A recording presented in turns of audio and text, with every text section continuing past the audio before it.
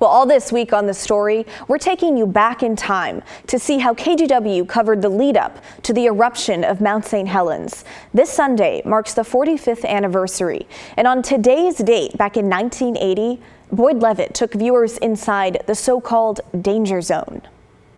The YMCA and Boy Scouts each operate summer camps at the north end of Spirit Lake.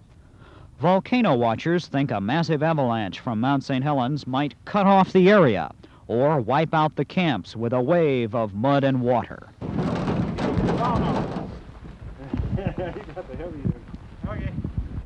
Camp supervisors were permitted into the volcano-restricted area today. They came to haul out valuables, boats, canoes, tents, the sort of things that have made Spirit Lake a paradise for young people. Get over in there. We're going to have these 2 canoes and 2 boats. We'll have another, as many as we can get in, canoes and 3 sailfish from the Y camp, plus all the loose gear, backpacking gear, and the rest that we can carry out of it. It was the first time camp leaders were allowed into the danger zone. They told us hundreds of young people were scheduled for this year's camps, but it's too risky for anyone to stay here right now. And with the evacuation of these men and their camp equipment, 84-year-old Harry Truman is the only one left with boats in the water at Spirit Lake.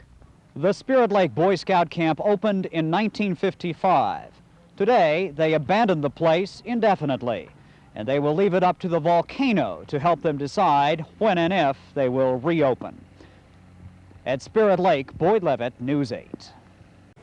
And a reminder, since we don't have a show in the actual anniversary this Sunday, be sure to tune in tomorrow night for special coverage. This week, I was up by the mountain putting a story together that includes some never-before-seen photographs.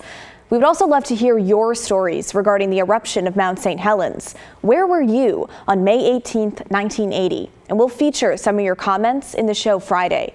Email the story at kgw.com or call and leave a voicemail, 503-226-5090.